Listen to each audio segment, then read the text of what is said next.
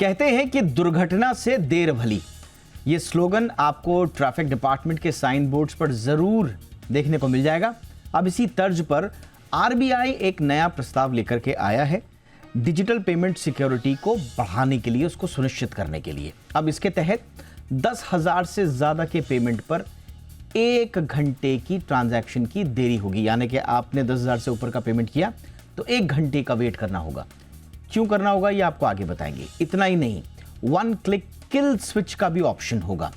यानी फ्रॉड का जरा सा भी शक हुआ तो आपको एक तो ज्यादा समय मिल जाएगा, 1 घंटे के आसपास मिल जाएगा, और शक अगर कंफर्म हो गया तो फिर एक स्विच से आप उस ट्रांजैक्शन को रोक पाएंगे। ये सारा का सारा कवायद जो है ये इसलिए की गई है ताकि ऑनलाइन ठगी से बचा जा सके और जैसा हमने कहा डिजिटल पेमेंट सिक्योरिटी को बढ़ावा मिले। लेकिन क्या इससे ग्राहकों के ट्रांजैक्शन के और पेमेंट्स के अनुभव थोड़े से खटे हो जाएंगे, उसमें थोड़ी सी दिक्कतें आएंगी? ये भी कुछ लोग सवाल पूछेंगे। इसीलिए आज हम खास मेहमानों से इस पूरे मसले को समझने की कोशिश करेंगे, इस आइडिया के पीछे की चुनौतियों को भी डिस्कस करेंगे।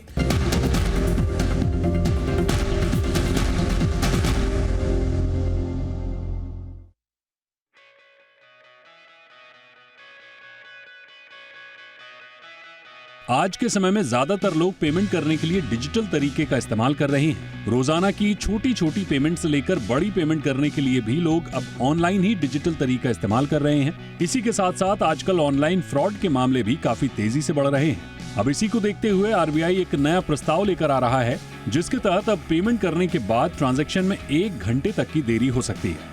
आरबीआई के नए प्रस्ताव के मुताबिक 10,000 रुपए से ज्यादा के यूपीआई या डिजिटल ट्रांसफर तुरंत प्रोसेस नहीं होंगे, बल्कि ट्रांजैक्शन में 1 घंटे तक की देरी हो सकती है। इस 1 घंटे के दौरान ग्राहक के पास ट्रांजैक्शन कैंसिल करने का पूरा मौका रहेगा।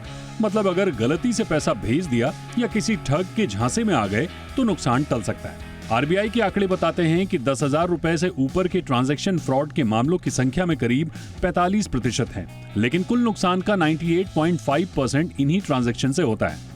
यानी छोटे फ्रॉड ज्यादा हैं, लेकिन बड़ा पैसा यहीं डूबता है। डिजिटल फ्रॉड की तस्वीर भी डराने वाली है। 2021 में 2,60,000 मामले और 2025 तक ये मामले 28 लाख तक पहुंच गए। फ्रॉड की रकम 551 करोड़ से बढ़कर 22,931 करोड़ रुपए हो चुकी है। आरबीआई मानता है कि ज्यादातर फ्रॉड हैकिंग से नहीं बल्कि डर, लालच और फोन कॉल से होते हैं। ऐसे में थोड़ा वक्त लाखों रुपए बचा सकता है। लेकिन यहाँ एक बड़ी राहत भी है। इस नियम का असर हर तरह की पेमेंट पर नहीं पड़ेगा। दुकानों पर की जाने वाली मर्चेंट पेमेंट पहले की तरह तुरंत होगी। ई मैंडेट और एनएसीएच जैसे ऑटोमेटिक ट्रांजैक्शन पर भी कोई रोक नहीं रहेगी। चेक से होने वाली पेमेंट भी इस नियम से पूरी तरह बाहर रहेगी। इतना ही नहीं, अगर आपने किसी भरोसेमंद व्यक्ति का अकाउंट व्हाइट लिस्ट में जोड़ रखा है तो वहां पैसा भेजने में 1 घंटे का इंतजार भी नहीं करना पड़ेगा। यानी रोजमर्रा की जरूरतों में पेमेंट नहीं रुकेंगे। इसके साथ सुरक्षा की एक और मजबूत परत जोड़ने की तैयारी है। 70 साल से ज्यादा उम्र के लोग और दिव्यांग नागरिक अगर बड़ा अमाउंट ट्रांसफर करेंगे तो उसमें किसी ट्रस्टेड व्यक्ति की मंजूरी जरूरी हो सकती है। मतलब गलती या झांसे की गुंजाइश और कम होगी।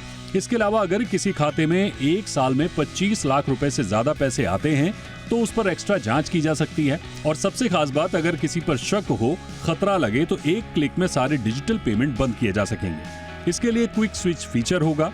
रिजर्व बैंक ऑफ इंडिया ने इस पूरे प्रस्ताव पर 8 मई 2026 तक लोगों और संस्थाओं से सुझाव मांगे हैं। इसके बाद ही अंतिम फैसला लिया जाएगा। लेकिन इतना तय है कि डिजिटल लेन देन का दौर अब सिर्फ तेज नहीं बल्कि ज्यादा सतर्क और ज्यादा सुरक्षित होगा।